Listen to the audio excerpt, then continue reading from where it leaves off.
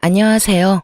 저는 돈으로 사람을 차별하는 시댁과 겨우 연을 끊을 수 있었던 평범한 40대 여성입니다.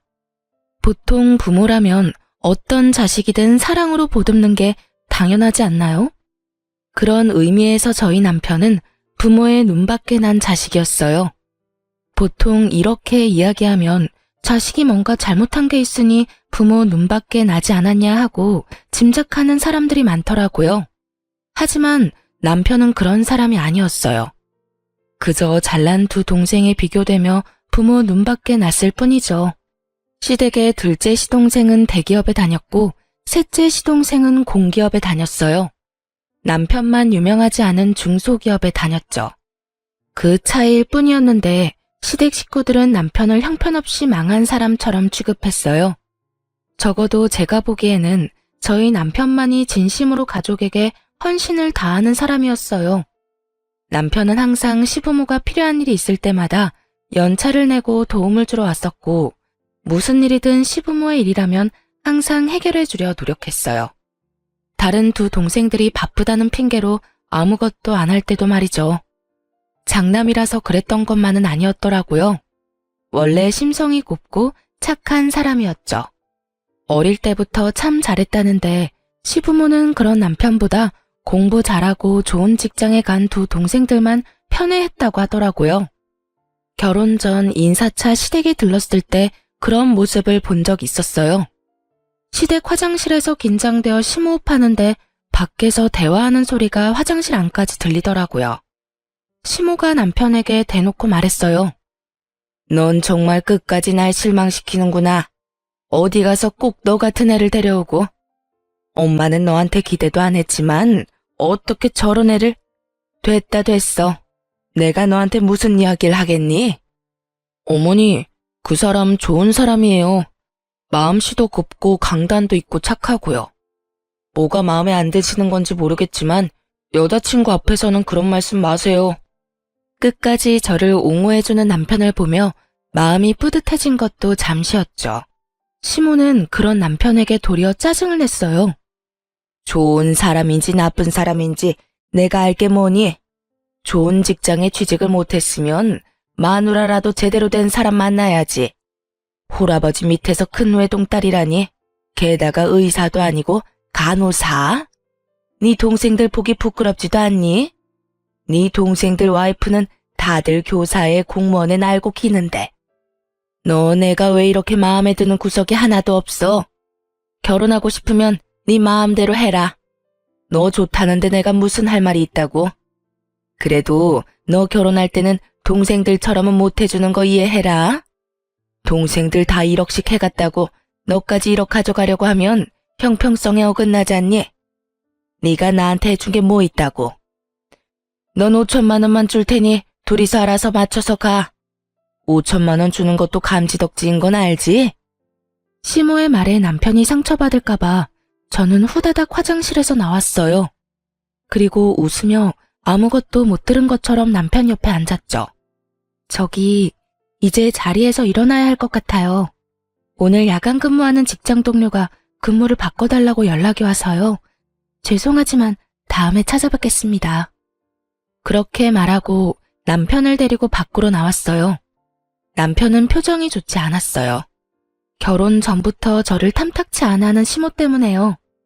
저는 간호사로 일하면서 진상 환자 많이 겪었던 경험이 있어서 이런 괴롭힘은 괴롭힘 축에도 들지 않았고 아무렇지 않게 행동할 자신도 있었어요. 그런데 남편 표정이 저보다 안 좋으니 마음이 너무 쓰이더라고요. 오빠, 나는 오빠가 제일 중요해. 가족들이 뭐라 하던 간에 우리만 잘 살면 되지. 그러니까 우리들만 생각하자. 그러면 어떤 것도 잘 이겨낼 수 있을 거야. 휩쓸리지 말고 비교하지도 말고. 알았지? 제 말에 남편은 그제야 살짝 웃더군요. 고마워. 네가 있어서 얼마나 내가 많은 위로를 받는지 모르지? 넌 가끔 진짜 대단해. 나보다 더 나이 많은 누나 같은 느낌이야. 그 예시는 좀 아닌데? 나 그 정도로 늙은 거 아니라고. 둘이서 그렇게 장난을 치며 마음을 다잡았어요. 결혼이라는 것이 가문 간의 결합이라 신중하게 생각해야 하는 것은 맞지만 정말 그 지랄 맞은 시댁 때문에 이 마음이 고운 남자를 버리기에는 너무 아까웠거든요. 그렇게 저와 남편은 결혼까지 하게 됐어요. 험난할 줄 알았던 결혼은 생각보다 무난히 흘러갔어요. 시댁에서는 그때 한 말처럼 남편에게 별말 안 했고 남편도 크게 시댁과 부딪히지도 않았죠.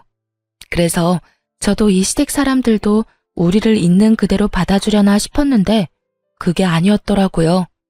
결혼 후에 남편이 받는 취급에 더 화가 났거든요. 시모는 무슨 일이 있으면 무조건 남편을 불렀어요. 정말로 아주 간단하고 손쉽게 본인들이 할 수 있는 일에도 남편을 수시로 불러댔어요. 병원을 같이 간다거나 물건을 살 때 차 운전을 시키거나 지인들 경조사에 갈 때도 운전을 시켰어요. 그리고 더 화가 나는 건 부르는 시간도 천차만별이었다는 거예요. 아침에도 오후에도 한밤중에도 문제가 생기면 바로 전화해서 남편을 무슨 콜택시 부르듯 불렀어요. 제일 어이없었던 건 시댁 화장실과 세면대가 막혔다고 우리 남편을 불렀을 때였죠. 남편은 아침에 출근 전에 시댁을 들렀다가 가야 했거든요. 제가 그 부분에 대해 남편에게 몇 번 말한 적이 있었어요. 여보, 아무리 생각해도 이건 좀 너무한 것 같아. 솔직히 무슨 일만 생기면 당신을 부르잖아. 자기 몸이 2개도 아니고. 매번 어떻게 그 요청을 다 들어줘? 힘들면 동생들한테도 좀 시켜. 동생들은 나보다 더 바쁠걸? 그리고 내가 부모님한테 미안해서 그래. 기대하신 만큼 부응하지 못한 게 여전히 마음에 남아있거든. 이렇게라도 부모님한테 도움이 되면 마음이 편하거든. 남편은 남편 나름대로 시부모의 행동 때문에 받은 상처를 어떻게든 해결해보려 노력하고 있더군요. 그걸 무턱대고 부정하며 잘못됐다고 말할 수는 없더라고요. 그런데 제가 결국 시댁에 직접 말을 하게 되는 일이 벌어졌어요. 결혼 후 몇 달 뒤에 시모에게 직접 저한테 전화가 왔어요. 주말에 일이 있으니 시댁에 들르라는 말이었어요. 남편과 함께 갔는데 시모가 그러더군요. 다음 주면 명절인데 집골이 말이 아니구나. 오늘은 집 대청소에 냉장고 청소를 좀 해야겠다. 그러면서 저와 남편에게 청소 도구를 쥐어주시더군요. 저는 당황했어요. 갑자기 불러서 청소라니. 제가 물었어요. 동서들은 언제 오나요? 오면 같이 시작하는 게 어떨까 싶은데.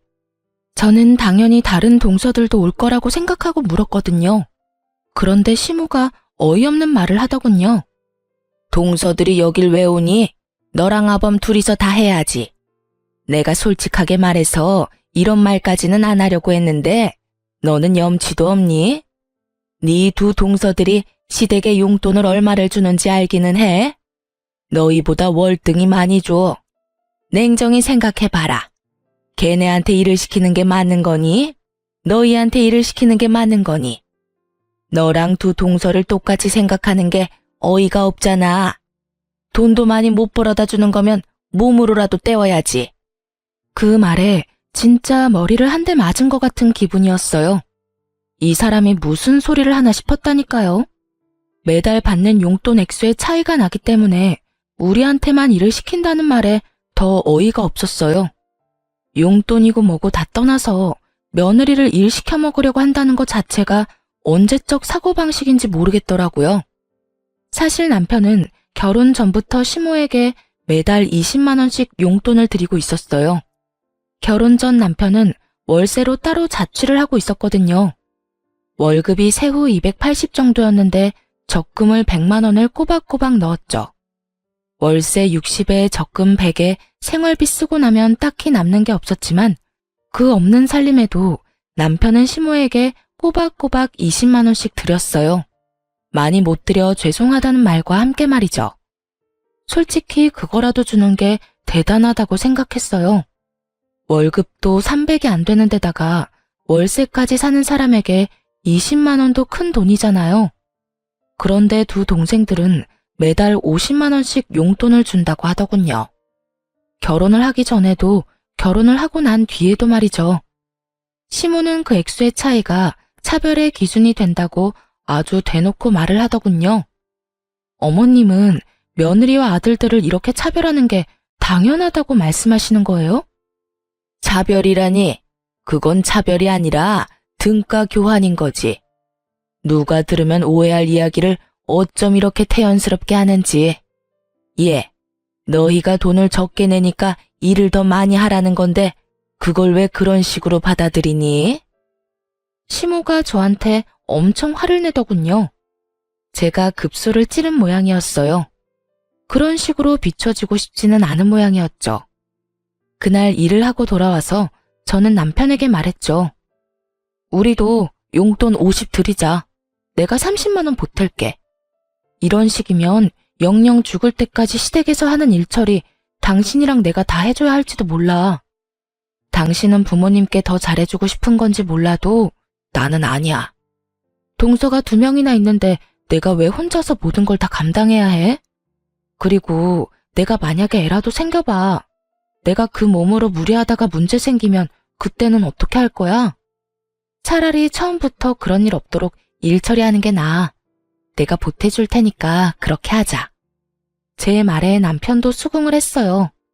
임신을 언급하기 전에는 제 말에 반대를 하려고 한 듯 보였는데 애 이야기에 마음이 돌아섰더라고요. 그럴 수밖에 없죠. 애가 태어나고도 불려가는 거 생각하면 남편 입장에도 힘들 수밖에 없잖아요. 그래서 저는 그 다음 달부터 시모에게 50만 원을 붙였어요. 하지만 시모는 여전히 남편을 불러냈어요. 그래서 전 남편에게 정말로 바쁠 때는 가지 마라고 조언했어요. 그리고 남편을 시켜서 2 동생에게 전화를 하게 했어요. 도련님, 저희 남편 요즘 일이 바빠서 어머님이 부를 때마다 가지를 못해요. 그러니까 도련님이 좀 가주세요. 어머님한테도 좀 신경 쓰시고요. 형수, 그렇게 말해도 저희는 바쁜데 어떻게 매번 시간 내서 시댁에 가요? 난색을 표하는 시동생에게 제가 말했죠. 형은 계속 그렇게 해왔어요. 일하는 거 다 똑같고 형님이야말로 요즘 야근한다고 바빠요. 여태껏 계속 해온 형 대신에 2 도련님이 애 좀 써주세요. 솔직히 이런 말까지는 안 드리고 싶은데 시댁에 돈 많이 받아간 사람은 2분이잖아요. 그게 무슨 말이에요? 저희는 매달 용돈도 꼬박꼬박 드리고 있다고요. 용돈은 저희도 드려요. 그런데 결혼할 때 도련님들 시댁에서 얼마 받으셨어요? 제가 알기로는 1억 넘게 받았다고 들었는데 저희는 5천만 원 받았거든요. 그러면 2 도련님께서 더 노력해야 하는 게 당연한 거 아닌가요? 저희보다 훨씬 많이 받아가셨잖아요. 여태 용돈 드린 거 제하더라도 말이죠. 제 말에 틀린 말이라고는 조금도 없었으니 도련님들도 어쩔 수 없이 알겠다고 하더군요. 그런데 문제는 저와 동서 쪽이었어요. 시모는 여전히 저만 부르더라고요. 김장날에도 저 혼자 불렀길래 제가 예전에 말했던 것처럼 시모에게 물었어요. 어머님, 동서들은 언제 오나요? 네 동서들은 안 온다. 바쁜 애들을 왜 불러? 죄송한데 용돈을 세 아들이 똑같이 50만 원씩 주는데 왜 김장에는 저만 부르셨어요? 부르려면 다 똑같이 부르셨어야죠. 그게 무슨 소리냐? 네가 맏며느리니까 부른 거지. 어머님, 저번에 저희한테 용돈 다르게 준다고 용돈 많이 주는 사람은 일 못 시킨다고 얘기하셨잖아요.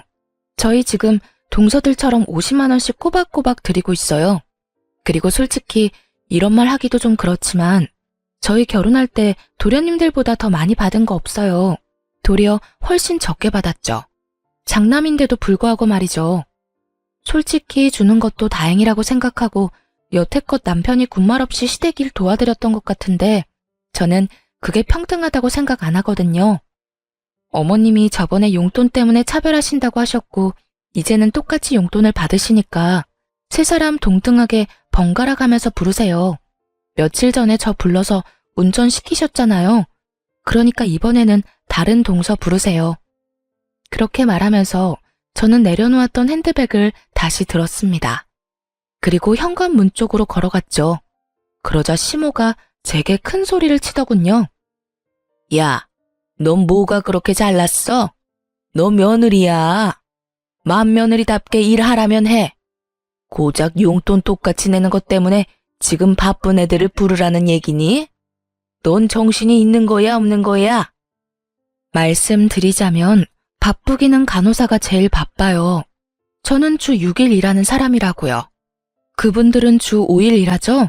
공휴일 다 쉬면서. 일주일에 이틀을 쉬는 사람이랑 일주일에 하루를 쉬는 사람 중에 누가 더 바쁘고 덜 바쁜지 계산이 안 되세요? 용돈 계산은 확실하게 하시면서 날짜 계산은 잘 안 되시나 봐요. 결국 제 말에 아무런 반박을 할 수 없었던 시모는 기가 차다는 표정으로 저를 바라보더군요. 근본도 없는 년이랑 결혼한다고 할 때부터 내가 알아봤어. 아무것도 없는 년 받아줬으면 군소리 말고 일이나 잘하면 될 것이지. 매번 사사건건 사람을 허파를 뒤집어 놓지. 내가 그 결혼 시키질 말았어야 했어. 할아버지 밑에서 뭘 배웠겠어? 이래서 엄마 없는 며느리 들이는 게 아니었는데. 제가 돌아가신 어머니한테 배운 건 없어도 사람 차별하면 안 된다는 것쯤은 잘 알아요. 그것도 돈 가지고 치사하게 말이죠. 그리고 어차피 생각도 없으시겠지만 김장 김치 하셔도 저희한테 연락하지 마세요. 일도 안 했는데 가져갈 만큼 염치 없는 사람 아닙니다. 뭐 남이 해놓은 것 넙죽넙죽 잘 받아가서 퍼먹는 뻔뻔한 인간들도 이 집에는 좀 많던데 저는 그런 뻔뻔한 사람들이랑은 좀 다르거든요. 그럼 김장 잘하세요. 그렇게 말하고 저는 집으로 돌아왔습니다. 그러게 왜 사람을 별것도 아닌 걸로 차별을 하는지 다른 사람 못 살게 굴 때는 본인도 당할 거라는 생각을 해야죠. 그 뒤로 시모는 저한테는 연락을 안 하더군요. 대신 남편을 좀 더 많이 부르게 됐죠. 하지만 남편도 결국 시모의 요구를 적당히 거절하자 비로소 평범한 생활을 할 수 있게 됐어요. 매번 별거 아닌 일로 불려가는 생활에서 해방된 거죠. 남편과 저는 겨우 여유로운 생활을 즐길 수 있었습니다. 하지만 그것도 아주 잠깐뿐이었어요. 남편 회사에 문제가 발생하게 됐거든요. 남편은 중소기업에서 일하는데 본래 남편 성격 자체가 회사원 기질은 아니었어요. 그런 남편에게는 특기가 하나 있었는데요. 그게 바로 요리였습니다. 요리는 정말 모르는 제가 맛봐도 남편의 음식은 무척 맛이 있었거든요. 그 음식 솜씨에 반해서 결혼하게 된 것도 있으니까요. 남편 회사에는 재정 악화로 인원 감축이 시작됐고 남편은 퇴사를 해야 할 것 같다고 저에게 상의를 하더군요. 가게를 차리려는 생각이었어요. 사실 멀쩡한 직장 놔두고 나오는 거면 화를 냈을 거예요. 하지만 이미 재정 악화로 인한 감축이 이뤄지고 있는 회사였어요. 언제 망할지 모른다는 거죠. 물론 지금 당장 망할 리는 없겠지만 미래가 없다는 건 누가 봐도 뻔한 일이었어요. 그리고 저는 남편의 음식 솜씨와 장사 수완을 믿기로 했어요. 사실 저도 간호사로 일하며 돈을 벌고 있으니 괜찮을 거라고 생각한 것도 있었어요. 남편이라면 잘할 수 있을 것 같다는 생각으로 남편이 하겠다는 양식 음식점을 저도 응원하게 됐죠. 그런데 남편이 가게를 창업하려고 하는데 돈이 조금 빠듯했어요. 그래도 조금만 아끼고 제가 조금만 더 일하면 충분히 충당할 수 있는 금액이긴 했어요. 그런데 문제는 그 뒤에 생겼어요. 제가 덜컥 임신을 하게 된 거였죠. 아이가 생기지 않도록 노력했지만 결국에는 제 맘대로 되는 게 아니었더라고요. 그렇게 애가 생기니 저도 슬슬 걱정이 되더군요. 애한테 드는 돈이 생각보다 많을 것 같아 수중에 있는 돈을 다 끌어다가 남편 가게에 모두 털어놓을 수는 없었어요. 그래서 모자란 돈은 대출을 할까 생각 중이었거든요. 일단 저희 집을 담보로 대출을 하고 차가 2대 있으니 제 명의의 차는 팔아야 할까 생각했죠. 그렇게 가게 창업 비용 때문에 걱정을 하고 있었는데 그때 시모가 남편에게 그 이야기를 들었는지 잠깐 시댁으로 오라고 하더군요. 너애 창업할 때 돈 필요하지? 결혼할 때 5천만 원밖에 안 해줬으니까 이번에 가게 창업할 때 5천만 원을 빌려줄게. 대신에 연이자 3%로 빌려줄 거야. 언제든 일시 상환 가능하고. 어때? 어머님 죄송한데 저희는 3천만 원만 있으면 되는데 어째서 5천만 원이나 빌려주시려고 하세요? 너희 가게 차릴 때 딱 필요한 만큼만 돈 나오는 거 아니다? 인테리어나 그 외 다른 변수들이 생기면 어떻게든 돈이 들게 돼 있어. 그래서 조금 더 여유롭게 주려는 거야. 물론 시모가 좋게 이야기를 했지만 저는 당연히 그렇게 받아들이지 않았어요. 이자가 3%면 저희가 은행에서 대출받는 것보다는 더 이득이긴 했어요.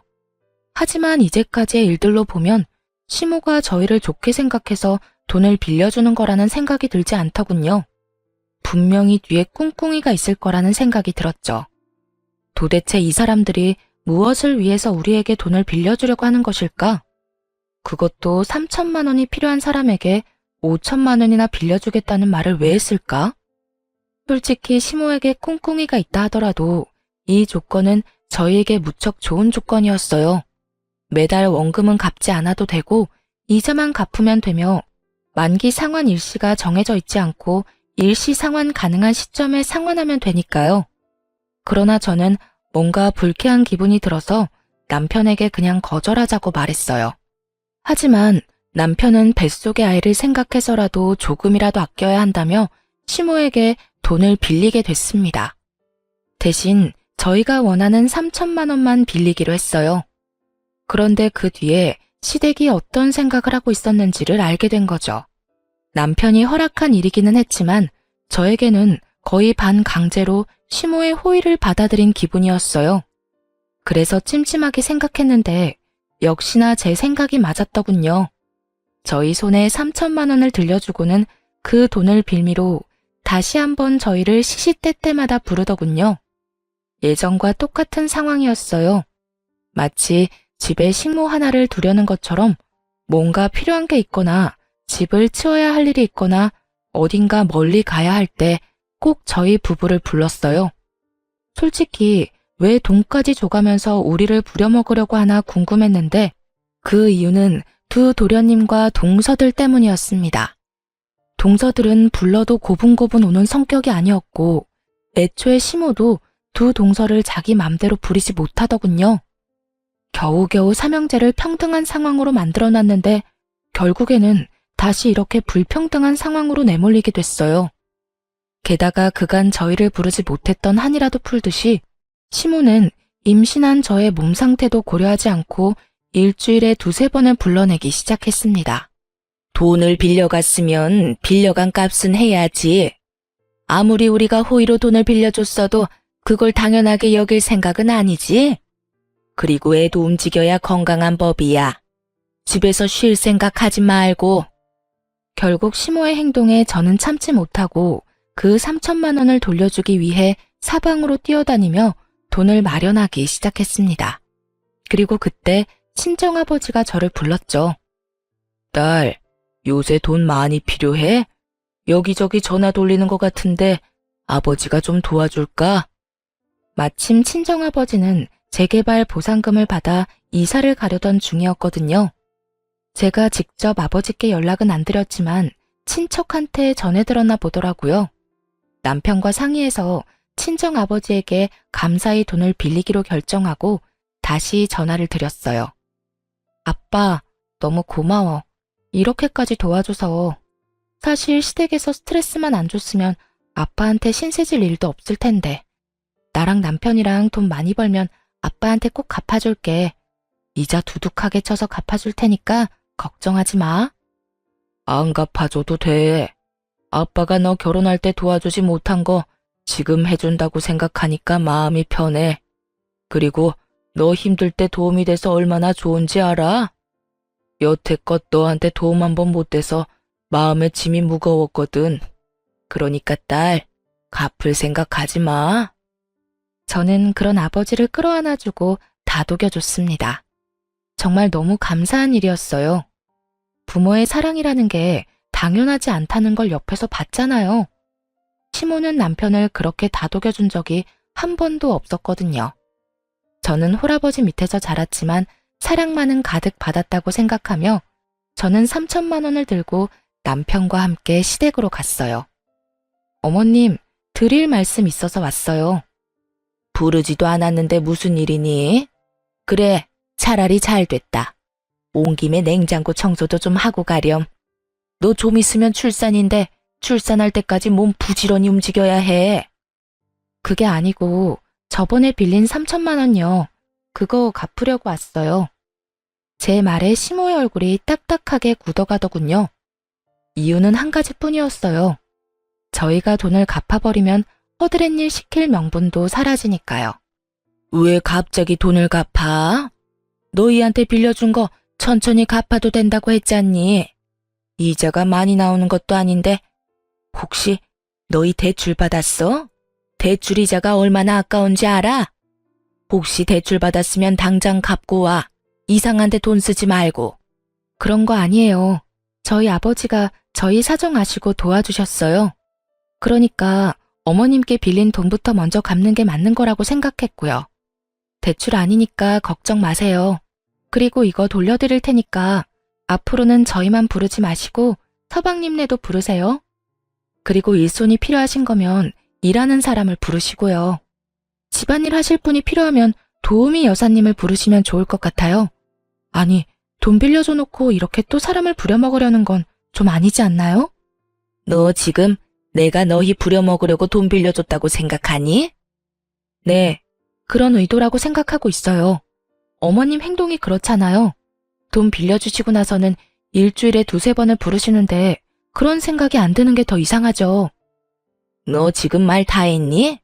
나도 너희 같은 자식이면 며느리 필요 없어.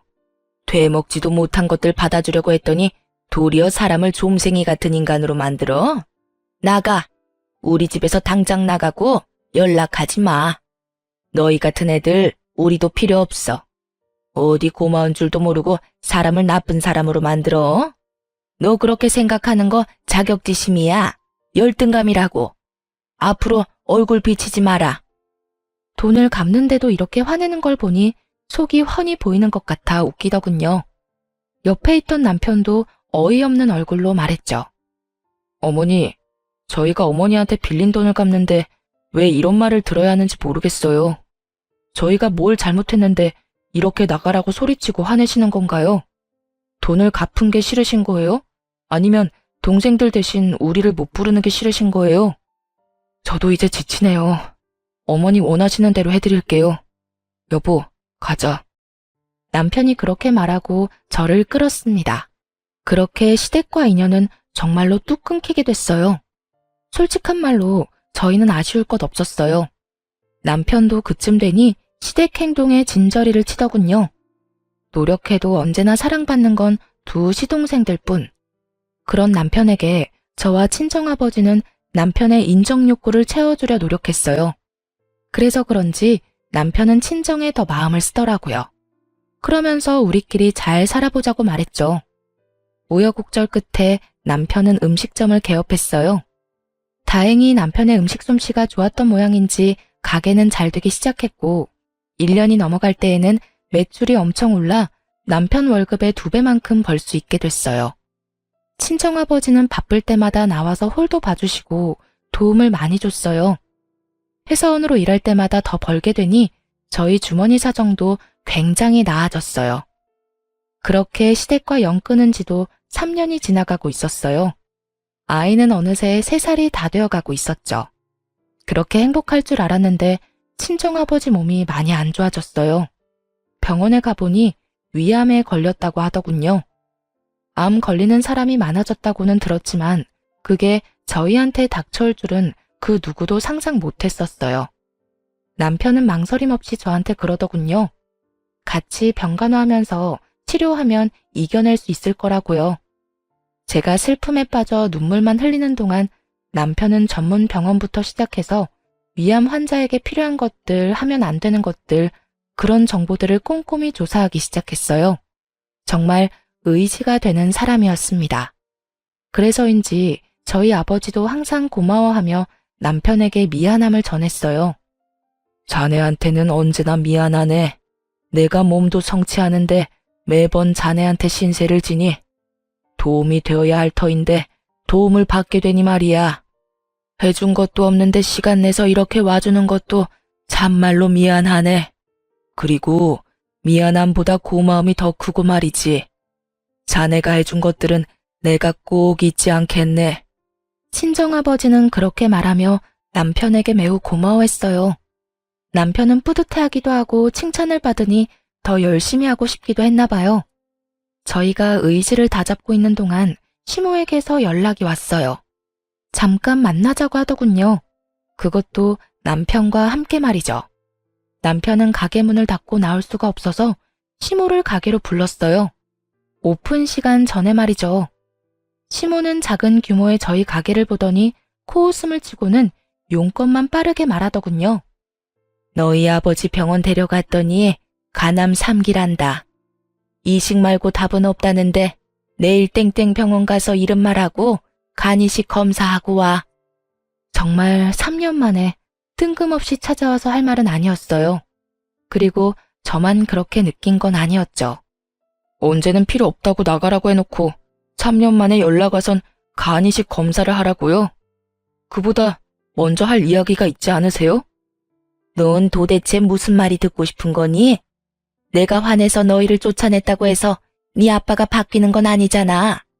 아버지가 아프다는데 이식도 안 해주려고? 그게 아니죠. 3년 만에 만났으면 저희 근황부터 묻고 저번 일에 대한 사과를 하는 게 맞잖아요. 장장 3년을 연락도 안 하고 지냈는데 갑자기 제 간이 필요해서 왔다고 하면 제 기분은 어떻겠어요? 검사는 할 거고요. 그런데 드리고 안 드리고는 제가 선택할 문제죠. 선택?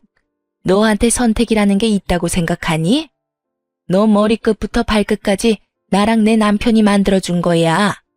그런 주제에 네가 부모 부양의 의무를 지지 않겠다는 거야? 그럼 처음부터 부양을 할 수 있도록 다른 동생들과 차별하지 말고 잘 키워주셨으면 됐잖아요. 제가 바보라고 생각하세요? 저야말로 두 분이 바라는 인생 만들어드리지 못해서 마음의 비처럼 생각하고 허드렛 일 다 도맡아서 한 거예요. 그쯤 했으면 인정해주고 이해해줄 때도 되지 않아요? 그런데 어머니 저한테 어떻게 하셨어요? 차라리 저한테만 그랬다면 저도 군말 안 할 생각이었어요. 그런데 제 와이프까지 끌어들여서 이 일 시키는 건 아니잖아요. 재수 씨들은 손가락에 물 하나 안 묻히면서 왜 저희 아내한테만 그런 일을 시키셨어요? 너 지금 네 와이프 편드느라 부모한테 대드는 거니? 그럼 네가 잘 좀 하지 그랬어? 아직까지 제 탓이에요? 알았어요. 더 이상 할 말 없으니까 나가세요. 어머니 진심은 잘 알았어요. 뻔히 눈앞에 보이는 손녀딸에게 눈길 한번 안 주는 거 보니 저를 자식이 아니라고 생각하는 건 명백해 보이니까요. 저는 어머니 소유물이 아니고 간이식은 어느 누구도 강요할 수 없는 부분이에요. 제가 연락할 때까지 연락하지 마세요. 결국 시모는 남편에 의해 가게 밖으로 쫓겨나갔어요. 그러나 남편은 결국 간이식 검사를 하러 갔어요. 부모 자식이고 시부는 시모만큼 남편을 못 살게 군 것도 아니었으니까요. 만약 시모가 간에 문제가 생겼다면 저는 결사반대했을 거예요.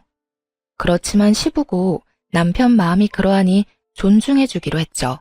검사를 하러 갈 때는 남편과 제가 같이 갔는데 하필이면 시부를 담당하는 의사 밑에 제 대학 동기가 일하고 있더라고요. 반가워서 얼굴 보고 몇 마디 나누다 이식센터에 내려가 접수를 했어요. 그렇게 일주일 뒤 검사 결과를 들으러 다시 방문했는데요. 그날 남편 검사 결과가 나온다는 말에 시모까지 달려왔더라고요.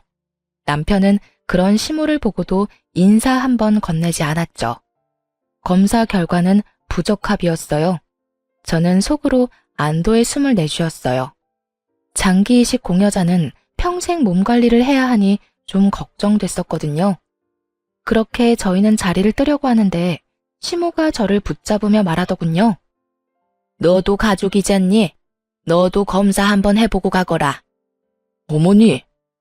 시모의 어이없는 말에 남편이 저 대신 화를 버럭 냈어요. 어떻게 이렇게 무례할 수 있어요? 화내려는 남편을 자제시키며 제가 시모에게 물었어요. 저한테 하라는 거 보니 다른 두 동서들은 간이식 검사 했나 보죠? 그래, 둘 다 부적합으로 나왔다.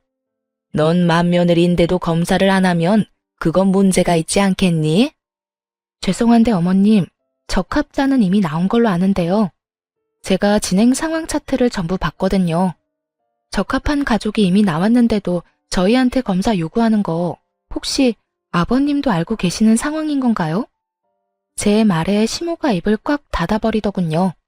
묵비권 행사, 침묵이 진실이라는 말이 있죠.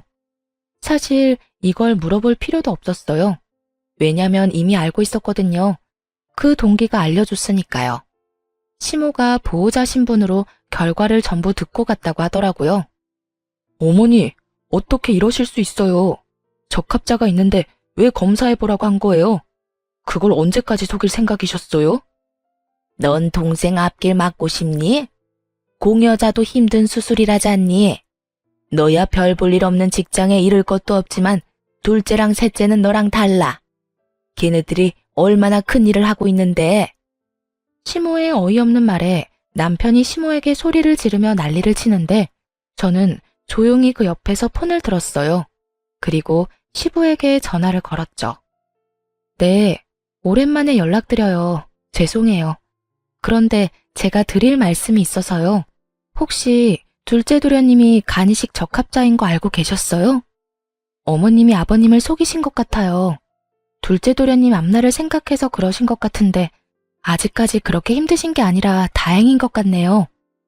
제 말에 대답도 않고 전화가 뚝 끊기더군요. 그러더니 시모 전화가 시끄럽게 울리기 시작했어요. 시부 전화였죠. 전화를 받은 시모 얼굴이 확 구겨지더군요. 시부에게 한 소리 들은 것이 분명해 보였어요. 폰 너머까지 들리는 시부의 목소리에는 노성이 가득 차 있었죠. 그런 시모를 놔두고 저희는 집으로 돌아왔어요. 시모는 돌아가는 저희를 잡으려고 했지만 시부의 분노를 고스란히 몸으로 막아내는 중이라 그럴 수도 없었어요. 그리고 그 다음 날부터 시모는 시도 때도 없이 저한테 전화를 해서 쪼아대기 시작했어요. 너희들 때문이야. 너희가 그 이야기를 남편한테 풀어버리는 통에 남편이 내 명의 카드까지 정지했잖아. 너희가 책임져. 어머님이랑 둘째 도련님이 거짓말해서 생긴 일을 왜 저희가 책임져야 하는데요? 그리고 무슨 책임을 어떻게 지라는 말이에요? 너희 이 집 살 때 5천만 원 해준 거 내놔. 그거라도 있어야 내가 생활을 하지. 늙어서 골골대는 인간 병수발도 들어야 하는데 돈도 없으면 어떻게 생활을 하니? 매달 100만 원씩 꼬박꼬박 받는다는 걸 제가 아는데도 돈 없는 것처럼 말하는 걸 보니 참 어이가 없었죠. 그리고 그 5천만 원을 걸고 넘어질 줄은 생각도 못했거든요. 그래도 그 집구석에서 나온 돈 차라리 이참에 다 갚아버릴까 했죠. 그렇지만 지금 돈 좀 번다고 5천만 원이라는 큰 돈이 갑자기 하늘에서 떨어지는 건 아니잖아요. 그때 제 전화를 듣고 있던 아버지가 그러더군요. 너희만 괜찮으면 너희 집 팔고 우리 집 전세금 합쳐서 좀 더 평수가 큰 집 얻고 남은 금액으로 5천만 원 갚는 건 어떻겠니? 그 이야기에 귀가 번쩍 뜨이더군요. 남편에게 상의했더니 남편은 이번에도 친정아버지에게 신세를 지게 돼서 너무 죄송하다고 하더군요. 아버지는 우리가 보호자로 간병을 해주고 있으니 당연히 받아도 되는 일이라고 했고 대신 자신을 간병하는 일이 힘들 거라 그것만 걱정된다고 하셨거든요. 남편은 그 제안을 받아들이기로 했어요. 그렇게 저희 집을 팔고 좀 더 외곽에 집을 얻기로 했어요. 평수는 크지만 예전 집 금액에 조금 더 보태서 들어갈 수 있었죠. 부랴부랴 해결하느라 시간이 좀 걸리기는 했지만 저희는 시모에게 줄 돈을 마련할 수 있게 됐어요. 운 좋게 2달 만에 모두 다 팔리고 새로운 곳에 이사까지 들어갈 수 있었어요.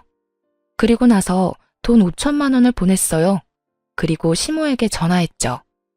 어머님, 돈 돌려드렸으니까 확인해보세요. 그래? 2달이나 걸렸지만 그래도 갚은 건 다행이네. 그렇게 말하고 전화를 끊은 시모에게 다시 전화가 왔어요. 야, 너 돈 갚는다고 해놓고 이게 무슨 짓이야? 돈이 안 들어왔잖아. 저 돈 돌려드렸어요. 아버님 계좌로요. 저희 이 돈 받을 때 아버님 계좌에서 받은 거 알고 계시죠? 이런 돈 문제는 정확히 하는 게 좋거든요. 혹시라도 제가 돈을 어머니 계좌로 드렸다가 나중에 아버님이 돈 갚으라고 하면 큰일이잖아요. 빌려준 사람한테 돈을 갚는 건 당연한 거죠. 저는 일부러 시부에게 돈을 보냈거든요. 시부 주머니에 돈 들어가면 시모에게 돈 줄 일이 없을 테니까요. 너 바보야? 그걸 네 시아버지에게 주면 어떡해? 지금 우리 둘이 싸워서 내가 돈 한 푼 못 받고 있는데. 설마 너 일부러 그런 거니? 아까도 말했지만 돈 관계 확실하게 하려고 아버님한테 드린 거니까 저한테 뭐라고 하지 마시고 아버님한테 싹싹 빌어보세요. 그러면 아버님도 마음 바뀌겠죠. 저는 건조하게 말하고 전화를 끊었어요. 시모가 뭐라 소리치는데 들을 필요는 없었거든요. 그렇게 저희는 시댁과의 모든 돈 관계를 청산했고 드디어 인연 끊고 살 수 있게 됐어요. 더 이상 저희한테 뭔가를 요구할 수는 없으니까요. 그렇게 남은 돈으로는 남편 가게를 리모델링해서 좀 더 확장하고 더 화사하게 꾸몄어요. 그게 잘 맞았는지 입소문 타며 가게도 더 잘 되게 됐어요. 그리고 얼마 뒤 시부가 간이식을 받았다는 이야기를 막내 시동생에게 전해 들었어요. 그리고 그로부터 또 몇 달 뒤에 시동생이 화가 많이 난 채로 저희 남편을 찾아왔더라고요. 형, 이게 말이나 되는 일이야? 아버지가 5천만 원 들이밀면서 둘째 형한테 간이식 하라고 난리도 아니었어. 아니, 적합자가 둘째 형이니까 당연히 이식해줘야 하는 건데 그걸 속이고 안 해주려 했던 형한테 5천만 원을 주고 이식해달라는 이 상황이 맞기는 한 거야? 내가 적합자였으면 나는 그냥 줬어.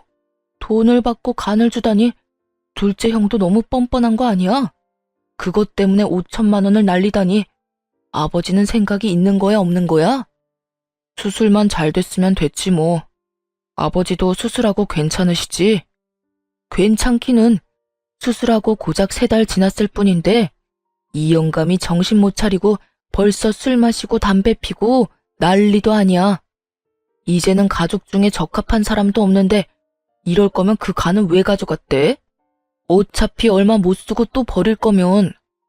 둘째 형만 불쌍하게 됐지 뭐. 간 주고 돈은 받았는데 몸이 안 좋아졌대. 형 사업하잖아. 이래저래 과로할 일도 많고 술 마실 일도 있는데 아무리 조심해도 몸이 나빠지더라고. 간 이식해준 사람도 받은 사람도 다 나빠졌네. 그래도 아직 괜찮은 것 같은데? 두 사람 다 입원은 안 해도 되는 건가? 나도 몰라. 나 둘째 형 5천만 원 받았다는 거 얼마 전에 알고 그 집이랑 인연 끊었어. 왜 돈을 둘째 형한테만 줘? 완전히 기분 상하잖아. 아니, 간이식을 해줬다고 돈을 왜 줘? 그리고 그거 준다고 넙죽 받아쳐먹은 둘째 형한테도 화나고. 결국 시부가 그 5천만 원을 둘째 시동생에게만 줬다는 게 화가 난다는 막내의 투정이었던 거죠. 하긴 돈만큼 사람 기분 상하게 하는 게 없죠. 돈으로 차별하는 집안에서 커서 그런지 돈에 관한 건 아주 예민하게 받아들였더라고요. 그리고 엄마도 좀 너무한 거 아니야? 우리한테 매달 돈 받아가면서 집 살 때 1억 넘게 해줬으니까 책임지라며 우리더러 합가하자고 하잖아. 돈 더 받아간 둘째 형한테 말하라니까 형은 간이식을 해줘서 안 된대. 그러면서 우리 집에 와서 돈을 얼마나 펑펑 쓰는지. 말도 못하게 낭비가 심해서 엄마도 내쫓아버렸어. 와이프가 엄청 싫어했거든. 돈은 있는 대로 갖다 쓰면서 무슨 잔소리는 그렇게 많은지 화가 안 날 수가 없더라고. 막내 도련님 이야기를 들어보니 시모도 여전하더라고요.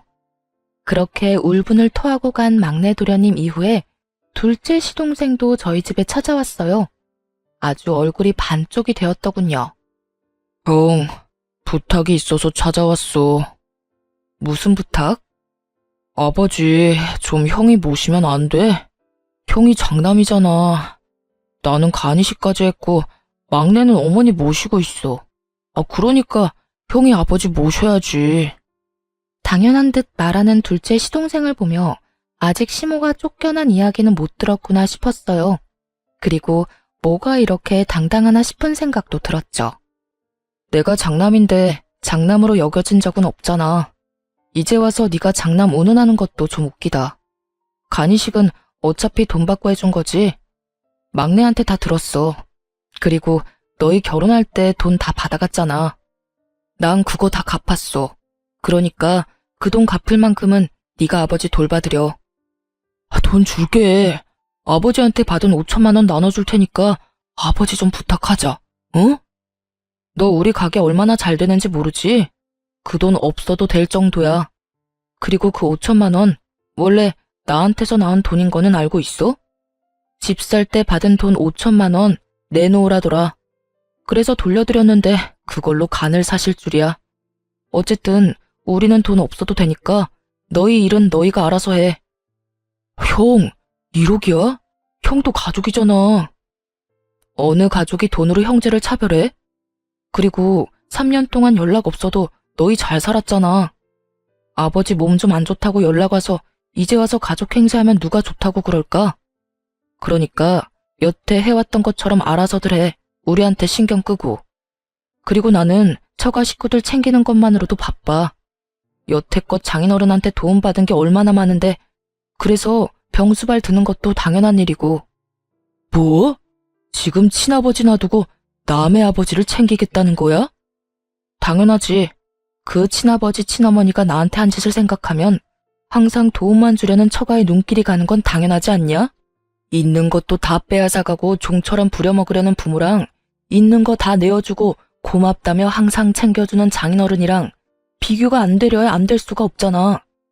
앞으로 이런 일로 나 찾아오지 마. 그렇게 남편은 둘째 시동생도 내보냈어요. 나중에 이야기 들어보니 간이 다시 망가진 시부는 돌봐줄 사람 없이 요양병원에 들어갔고 간 이식은 꿈도 못 꾸고 있다고 하더군요. 게다가 시부가 돈을 꽉 쥐고 있는 통에 돈 한 푼 제대로 못 쓰는 시모도 막내 아들에게 버림받고 단칸방 하나 얻어서 수발들며 힘들게 살고 있다고 하더라고요. 자식을 도구로 쓰려다가 스스로 도구가 되어버린 시모를 보면서 조금이라도 장남에게 잘했으면 이런 비참한 노년을 맞이하지는 않았을 거라는 생각이 들었어요. 저희 아버지는 위암 진단 후 저희 부부의 지극한 병간 후에 이제 완치 판정, 즉 치료 후 5년까지 딱 1년을 앞두고 있거든요. 남편이 처갓집에 마음을 붙여줘서 참 다행이라는 생각을 해요.